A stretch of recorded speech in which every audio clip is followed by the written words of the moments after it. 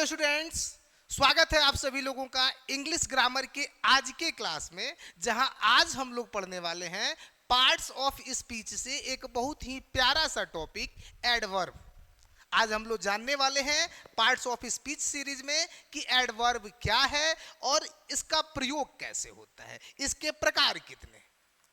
तो मैं बता दूं आप लोगों को कि इसके पहले नाउन का फुल कंप्लीट सीरीज, प्रोनाउन का, एडजेक्टिव का और वर्ब का ये मेरे चैनल पे पहले से अपलोडेड है।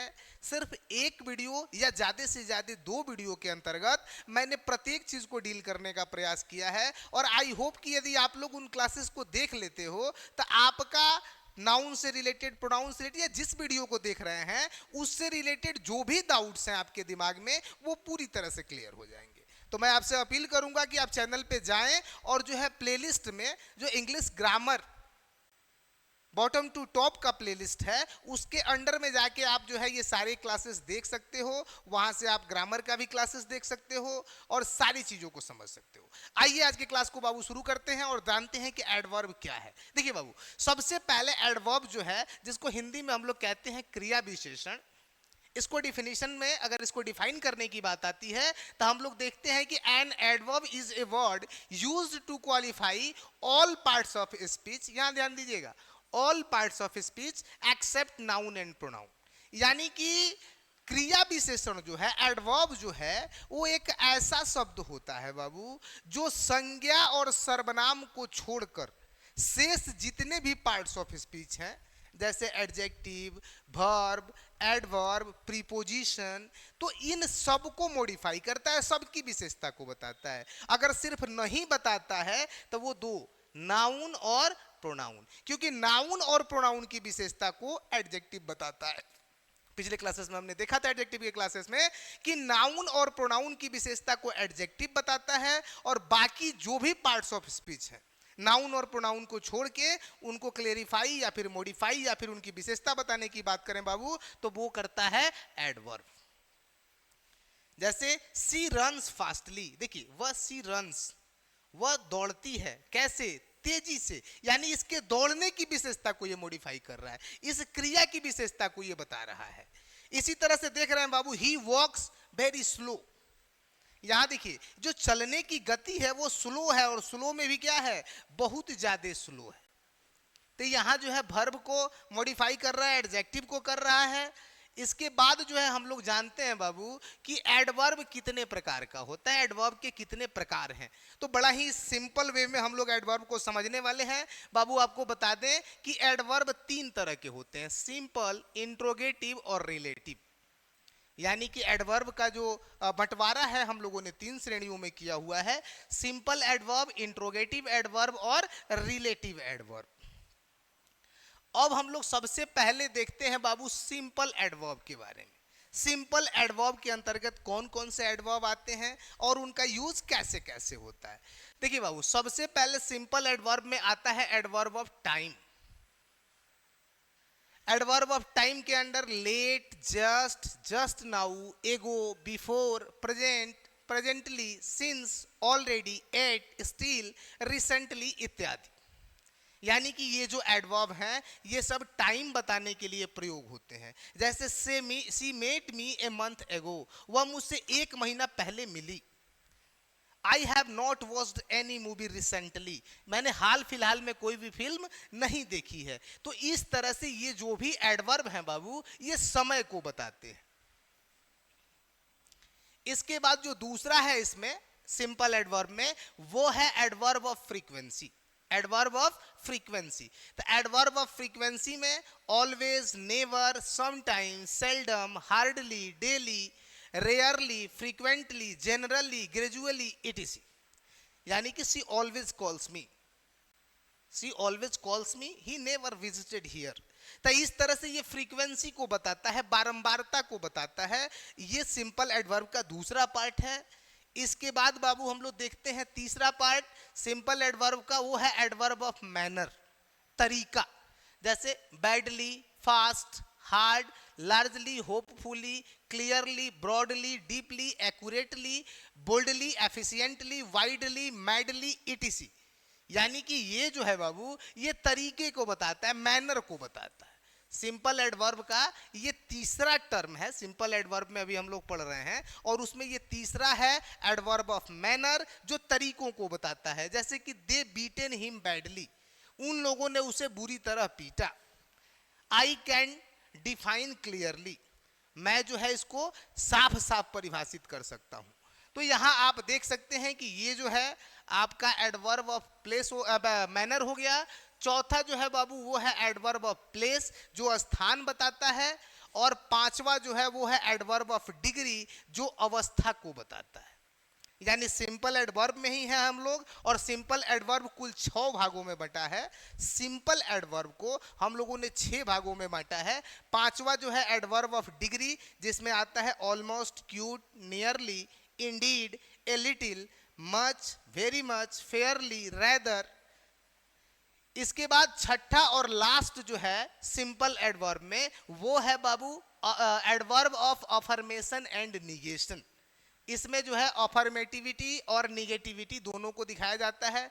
Absolutely, certainly, surely, by no means, not at all, no या नॉट, इटीसी।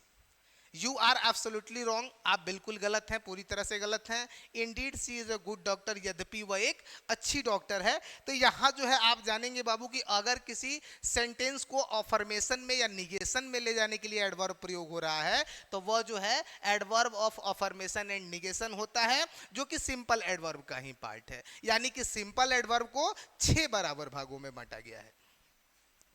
अब अगला हम लोग देखते हैं बाबू यहाँ पे इंट्रोगेटिव एडवर्ब, इंटेरोगेटिव एडवर्ब। अब इंट्रोगेटिव एडवर्ब में सबसे पहला टाइम। टाइम के लिए बाबू 2 ठो एडवर्ब यूज होते हैं। पहला है वेन और दूसरा है हाउ लॉन्ग। वेन मने कब, और हाउ लॉन्ग मतलब कब तक। यानी कि वेन डीड सी क्राई, वह कब चिल्लाई। How long will you stay here, आप यहां कब तक रुकोगे। यहां आप देख रहे हो ये टाइम बताने के लिए यूज हुआ है। दूसरा फ्रीक्वेंसी बताने के लिए हाउ ऑफेन और how many times. How often मतलब हो गया कब कब या अक्सर, और हाउ मेनी टाइम्स मतलब कितनी बार। तो यहां देखिए how often did the baby cry, बच्चा कब कब चिल्लाया। How many times does she सिंग, उसने कब कब गाया या कितनी बार गाया। तो यहाँ पे ये जो है फ्रीक्वेंसी बताता है। इसके बाद जो है बाबू 3 नंबर है मैनर। इंट्रोगेटिव एडवर्ब में भी है। तो मैनर का मतलब होता है हर तरीका बताना, how in what way. How मने कैसे, और इन वाट वे मतलब किस तरह से। हाउ डज सी रीड, वह कैसे पढ़ती है। In what way did they behave with you, किस तरह से उन लोगों ने तुम्हारे साथ व्यवहार किया। इसी तरह से डिग्री देखते हैं। डिग्री में 2 ठो है, हाउ मच और हाउ फार। हाउ मच मतलब कितना, और हाउ फार मतलब कितना दूर। इसके बाद एक एडवर्ब और इंट्रोगेटिव में है रीजन। यानी कि आपने अभी देखा कि पहला जो सिंपल एडवर्ब हमने पढ़ा उसमें 6 ठो एडवर्ब के पार्ट्स थे, जबकि इंट्रोगेटिव एडवर्ब में मात्र 5 पार्ट्स होते हैं, और रिलेटिव में मात्र 3 होते हैं। तो बाबू देखिए यहाँ रीजन बता रहा है, और रीजन बताने के लिए सिर्फ एक ही एडवर्ब यूज होता है, और वो है वाई। जैसे वाई आर यू क्राइंग, आप क्यों चिल्ला रहे हो। वाई इज सी लॉफिंग, वह क्यों हंस रही है। अब इसके बाद जो है बाबू तीसरा है रिलेटिव और लास्ट। ये रिलेटिव जो है, रिलेटिव बाबू 3 भागों में बटा हुआ है। पहला है प्लेस, दूसरा है टाइम, और तीसरा है रीजन। 3 भागों में बटा हुआ है। प्लेस के लिए वेयर, टाइम के लिए वेन, और रीजन के लिए वाई। ये 3 ठो एडवर्ब यूज होते हैं। और ये हमेशा ध्यान दीजिएगा आप लोग, जैसे आई नो द प्लेस, मुझे पता है क्या स्थान, वेयर जहां सी लिव्स, वह रहती है। आई नो द टाइम, मुझे पता है क्या समय, वेन मतलब जब, ही कम्स हेयर, जब वह यहां आता है। Reason why, this is the reason why she failed, यही कारण है या यह कारण है कि वह क्या हो गई, असफल हो गई। तो इस प्रकार से बाबू रिलेटिव एडवर्ब जो आता है वो 2 उपवाक्यों के बीच में आता है, और उसको जोड़ के संबंध स्थापित करवाता है, बतलाता है। तो इस प्रकार से जो है रिलेटिव एडवर्ब 3 है। अब यहाँ पे थोड़ा सा जो है एक आप लोगों को यहाँ टिप्पणी मैं समझाने का प्रयास करता हूँ कि आमतौर पे हम लोगों ने देखा बाबू कि इंट्रोगेटिव प्रोनाउन भी था, इंट्रोगेटिव एडजेक्टिव भी था और इंट्रोगेटिव एडवर्ब भी है। तो तीनों में कंफ्यूजन हो जाता है भाई कि कौन सा प्रोनाउन है, कौन सा एडजेक्टिव है और कौन सा एडवर्ब है। तो आइए इस डाउट को क्लियर कर लेते हैं। सबसे पहले देखते हैं प्रोनाउंस। देखिए प्रोनाउंस में हु, व्हाट, व्हिच, हुम, हुज, जबकि एडजेक्टिव में वाट, विच, हुज। अब एक चीज यहां ध्यान दीजिएगा बाबू, वाट इसमें भी है और वाट इसमें भी है, विच इसमें भी है और विच इसमें भी है, हुज इसमें भी है और हुज इसमें भी है। अब यहां कैसे पता चलेगा अगर किसी सेंटेंस में ये यूज हो रहे हैं, तो हम लोगों को कैसे पता चलेगा कि वो प्रोनाउन है कि एडजेक्टिव है? तो देखिए मैं आपको एकदम बहुत ही आसान सा तरीका बताऊंगा कि अगर ये तीनों ही, जैसे कि यहां है विच इज योर बुक, यहां ध्यान दीजिए विच जैसे ही आया, चाहे वाट आता चाहे हुज आता, और यह अपने बाद यदि हेल्पिंग वर्ब लेता है, ध्यान से देखिएगा, बात को समझिएगा, बिल्कुल आसान होगा समझना आपके लिए बाबू, कि अगर ये आता है और ये अपने जस्ट बाद कोई सहायक क्रिया ले लेता है तो ये प्रोनाउन है। ये क्या है? प्रोनाउन है। अगर यह अपने बाद, जैसे यहां देखिए विच बुक इज योर, अब यहां ध्यान दीजिए कि जैसे ही ये आया इसने अपने बाद हेल्पिंग वर्ब नहीं लिया बल्कि एगो संज्ञा ले लिया। तो जैसे ही ये संज्ञा ले लेगा ये क्या हो जाएगा? एडजेक्टिव हो जाएगा। तो आप ये ध्यान रखिएगा, बिल्कुल ही बड़ा ही आसान है पहचानना कि यदि किसी वाक्य में वाट, विच और हुज आता है और इसके बाद यदि हेल्पिंग वर्ब आ जाता है तो वो प्रोनाउन है। अगर उसके बाद हेल्पिंग वर्ब आता है तो वो प्रोनाउन है, और हेल्पिंग वर्ब नहीं आके यदि उसके बाद कोई नाउन आ जाता है तो वो क्या है? एडजेक्टिव है। ये बड़ा ही आसान है समझना, आपको पहले भी मैंने क्लियर किया था। अब यहाँ एडवर्ब, तो देखिए बाबू when, where, why, how, how much और हाउ ऑफन, ये जो है वो एडवर्ब हैं। वो क्या है? एडवर्ब है। तो इस तरह से आप जो है जो इंट्रोगेटिव वर्ड्स हैं उनको समझ सकते हैं कि वो प्रोनाउन कब है, एडजेक्टिव कौन है और एडवर्ब्स कौन कौन से। आई होप कि आज का क्लास आप लोगों के एडवर्ब की समस्या को खत्म कर देगा। और आप यदि चैनल पे नए हैं, पहली बार देख रहे हैं वीडियोस को, तो मैं आपको बताना चाहूंगा कि आप जो है चैनल पे जाके और वहां से मैंने नाउन, प्रोनाउन, एडजेक्टिव, वर्ब और एडवर्ब सब पे एक एक सिंपल और छोटा छोटा सा वीडियो बना रखा है, जिसको देख लेने के बाद आपका इनसे रिलेटेड जो भी डाउट है वो क्लियर हो जाएगा। और यदि कोई डाउट क्लियर नहीं हो पाता है तो आप उसके लिए कमेंट कर सकते हैं, हमको बता सकते हैं कि क्या आपको नहीं समझ में आ रहा है। मैं प्रयास करूंगा उसको समाप्त करने का और उसको जो है अच्छे तरीके से आप तक पहुंचाने का। धन्यवाद।